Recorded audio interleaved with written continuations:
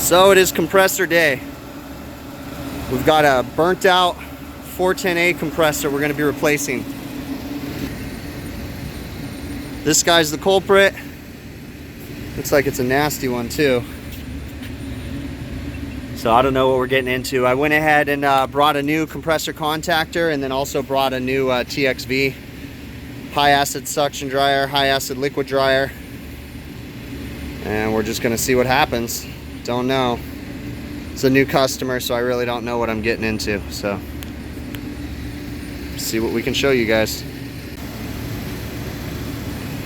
So the first thing we're gonna do is just try to make our job easier. Verify that everything that we have is correct. Verify that we have the right compressor. We're gonna go through it all. So what we're looking at is ZP61 KCE TF5.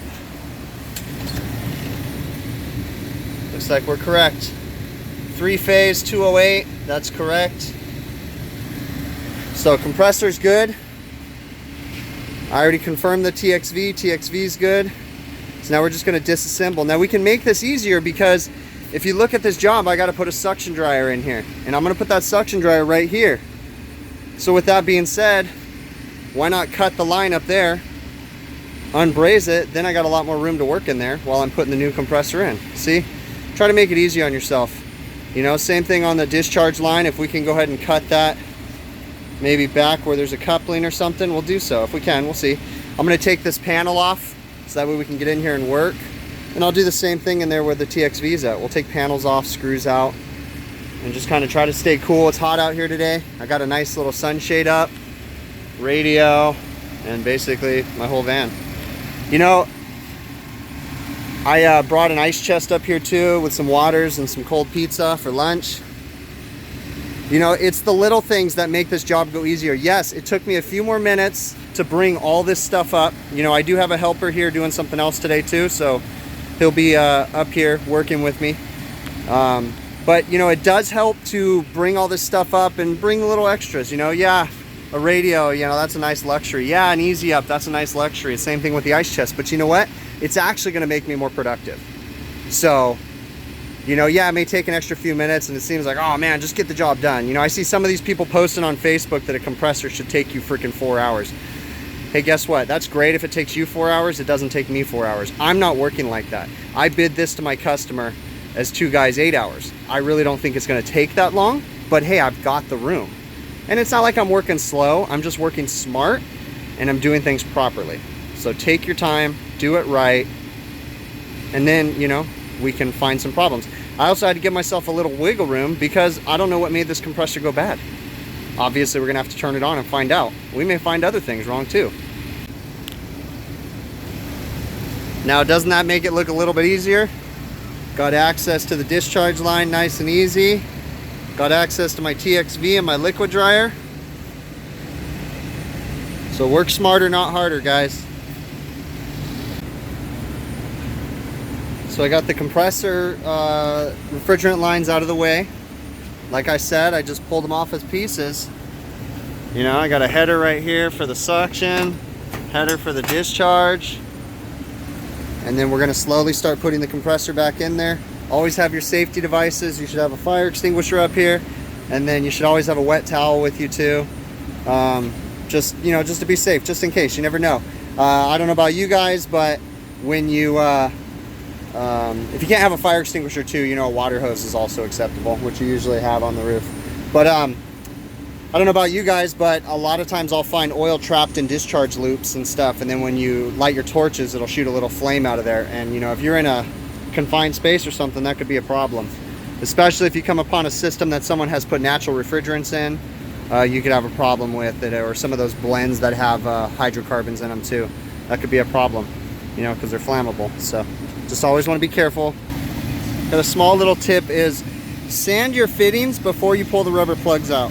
Sand them as best as possible, and then that way you don't have any of the chance of the crap getting in there. There's always a little bit you may have to sand on the end of it, but you know, just make your job easier. Sand it before.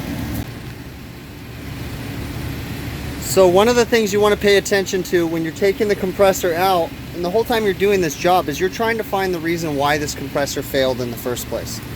I mean, there's always a possibility that a compressor just failed. But usually if it's a grounded out compressor, most of the time there's a cause. Haven't seen anything yet, but what I did is, again, trying to ensure, I wanted to make sure that maybe the compressor didn't run out of oil. Because when I was testing the crankcase heater on the old compressor, it's no good. The crankcase heater didn't have any resistance across it. So, but it wasn't grounded, the crankcase heater. So I just wanted to make sure that maybe our compressor didn't run out of oil. So what I did was I came over here and I poured out as much oil as I could get. My partner that's here helping me isn't here right now, so it was a little difficult for me to tip that thing over because it's a big boy. But I did my best. And what I found is it has almost all the oil charge. It's missing about 10 ounces.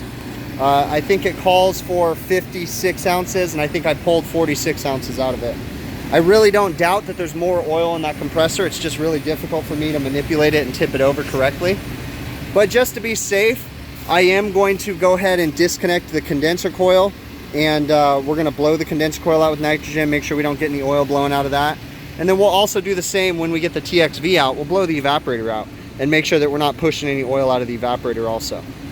So again, I'm just trying to save a headache later, because you'd hate for, you know, the whole oil charge to be stuck in the evaporator or the condenser and then it come back and then ruin your new compressor.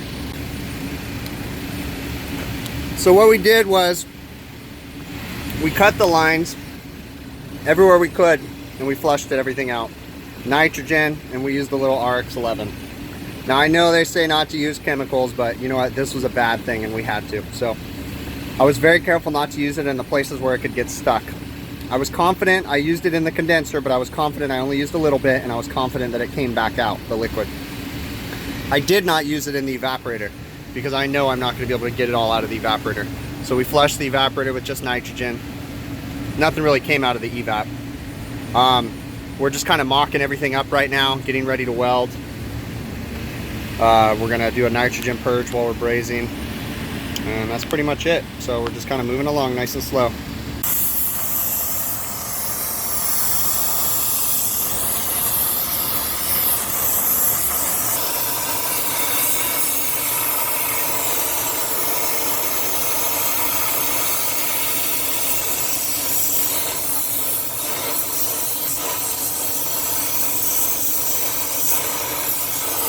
Got plenty of solder on there.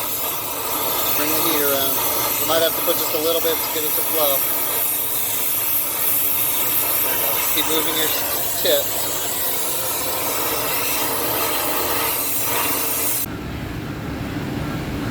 Okay, so we've got the compressor in. It held a really good vacuum.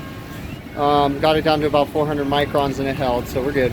The next thing we're doing is I'm charging the unit right now. So what I did was, because it was a grounded out compressor, turned on power and tested the blower and everything else, and then disconnected the compressor so we can make sure that there's no other electrical shorts in the unit, and everything is running right now.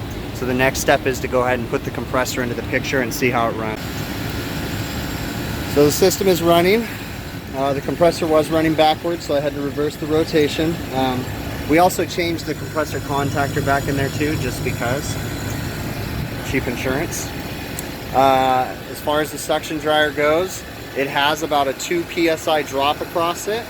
I'm not a super fan of that, but I'm going to let it run for a couple days, and then we're going to come back and go ahead and change that out again, because I'm worried that that is plugging up. I'm also getting a lot of black sludge coming out. If I open up my discharge line into a towel, it's just the oil's pushing out black. So we're going to definitely come back out and change the dryers again, just to see if we can't clean this system up. Still haven't found the exact cause as to what burnt this compressor out, but we're just going to keep monitoring it. All right, so I got all the panels put back on. Everything's looking good. I'm getting an error code across the board right now. I know you guys can't read it, but it says enthalpy sensor A7 failure, so I'll look into that. But like I said, the pressure drop right now is 2 psi across that suction dryer. I'm going to come back probably on Monday. It's a Friday right now. We'll test it, and we're definitely going to change it out again though, because I want to try to clean up that stuff. Like I said, when I, open up the high side a little bit on my gauges, it just blew black oil out, so we got to clean that oil up.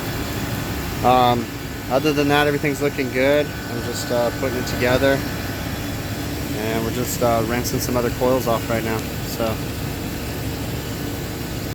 So just a little recap. We went out to change a compressor. It was a compressor that we found while working on their walk-in freezer. They had said they had an AC problem. We went over there. We found that it was grounded out and it blew the terminals out. So we went out there, we replaced the compressor, the contactor, the electrical plug. We added a suction dryer, liquid dryer, purged the system, cleaned it with nitrogen, went through all the 9 yards of everything. I'm let the system run for a little while. The suction filter dryer had about a 2 psi pressure drop across it after everything was done. So we are going to go back out in a couple days, replace that dryer, also replace the liquid dryer again, and then test the system for acid. I'm sure it's still going to show up, so we might even have to go back out again. We'll have to see. We're just going to monitor it. Nothing jumped out at me that said this was the cause of the compressor going bad. There's an error inside the board for an enthalpy sensor, but that wouldn't cause the compressor to go bad. So we'll just have to keep an eye on it. It could have been just something as simple as a loose electrical connection. It could have been a defective compressor. More than likely it wasn't. There's a cause for it, but we went ahead and cleaned the condenser on it. Everything seemed to be doing good. So we'll just keep an eye on it, and we'll see if we can get some video when we go back out to change the suction dryer. I don't know if it'll be myself or someone else, so we'll see. But other than that, that's it.